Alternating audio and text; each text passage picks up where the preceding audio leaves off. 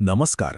आज आपण बोलणार आहोत पैशाच्या मानसशास्त्राबद्दल. म्हणजे फायनान्समध्ये यश मिळवणं हे काही आकड्यांचा खेळ नाही आहे, तर ते आपल्या सवयी आणि वागणुकीवर अवलंबून आहे. आज आपण असे काही महत्त्वाचे धडे पाहणार आहोत जे पैशाकडे बघण्याचा आपला दृष्टिकोनच बदलून टाकू शकतात. चला तर मग सुरुवात करूया. तर सुरुवात करूया एका खऱ्या-खुऱ्या गोष्टीने. ही गोष्ट आहे एका अगदी सामान्य सफाई कामगाराची आणि एका प्रचंड हुशार, उच्च शिक्षित फायनान्स एक्झिक्युटिव्हची.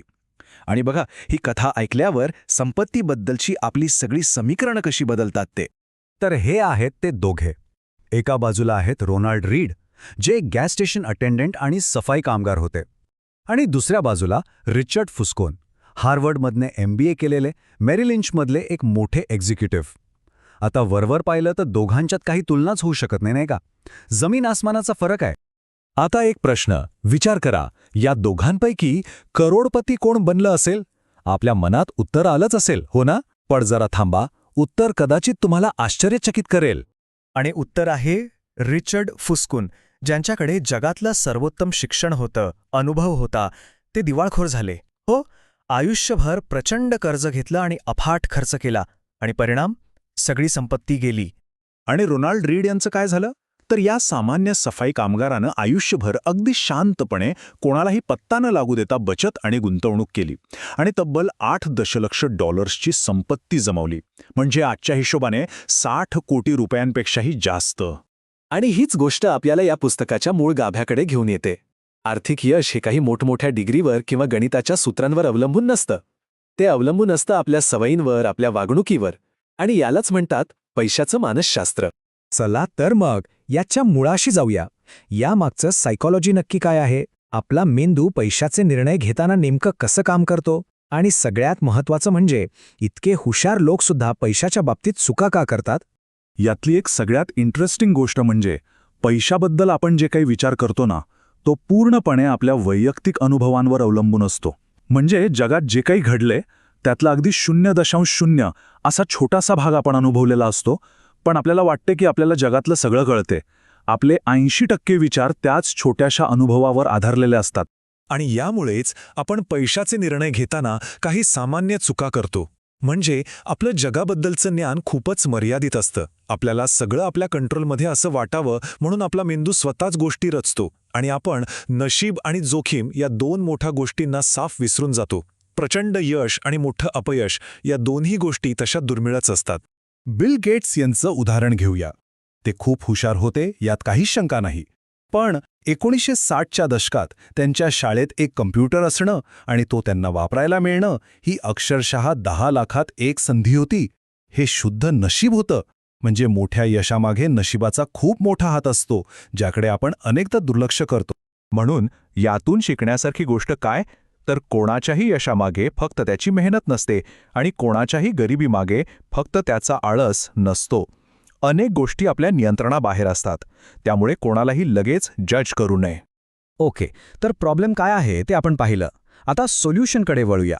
पैसा मिळवणं एक वेळा सोपं असेल, पण तो टिकवून ठेवणं ही खरी कला आहे. त्यासाठी नक्की कोणती मानसिकता लागते? चला या सर्व्हायव्हल गाईडमध्ये बघूया. बघा, श्रीमंत होण्यासाठी काय लागतं?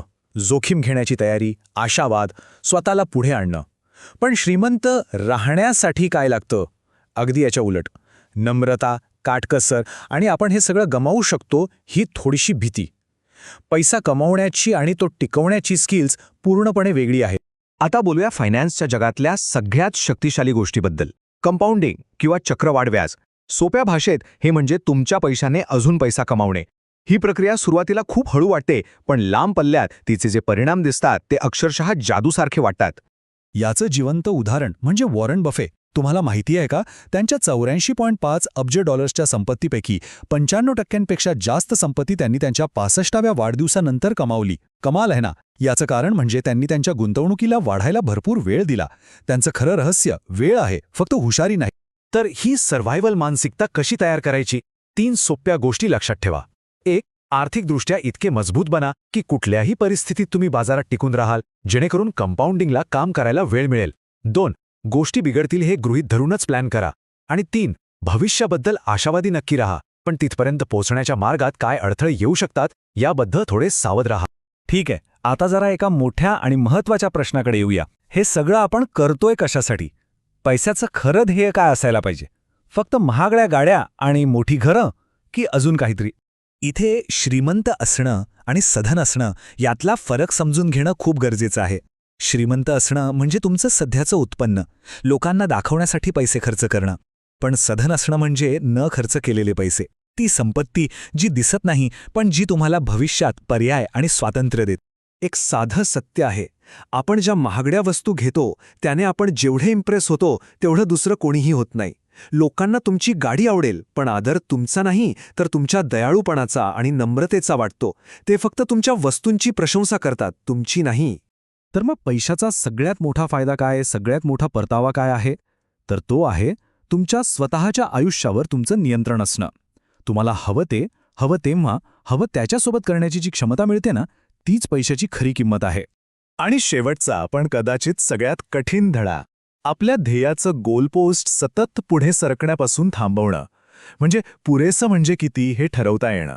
कारण अजून हवं या शर्यतीत धावत राहिलं तर समाधान कधीच मिळत नाही. माझ्याकडे पुरेसं आहे हे समजणं हीच खरी श्रीमंती आहे.